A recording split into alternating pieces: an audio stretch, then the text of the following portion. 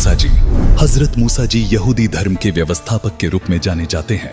काल ब्रह्म ने उन्हें ज्ञान बताया, उसी आधार से उन्होंने अपने आप को सबसे ज्यादा इल्म वाला मान लिया। इसी कारण जब एक दिन हजरत मूसा सत्संग फरमा रहे थे तो उनसे एक सत्संगी ने पूछा कि हे मूसा, आज के दिन जमीन पर सबसे ज्यादा इल्म रखने वाला शख्स कौन है? हजरत मूसा ने बड़े गर्व से उत्तर दिया, मैं। काल ब्रह्म को मूसा का ये अंदाज बिल्कुल पसंद ना आया और कहा कि मूसा, तेरी यह बात सुनकर मुझे बहुत दुख हुआ।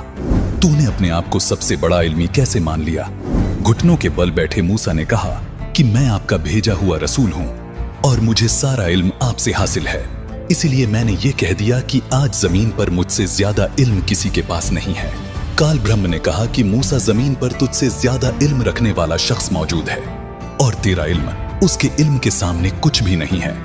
मूसा ने कहा कि हे अल्लाह, मैं उस शख्स से मिलना चाहता हूं ताकि मैं वो इल्म हासिल कर सकूं जो मेरे पास नहीं है।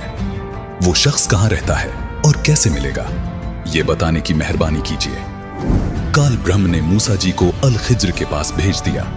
उसके बाद मूसा अल खिज्र के पास पहुंचे। वह अपना परिचय दिया।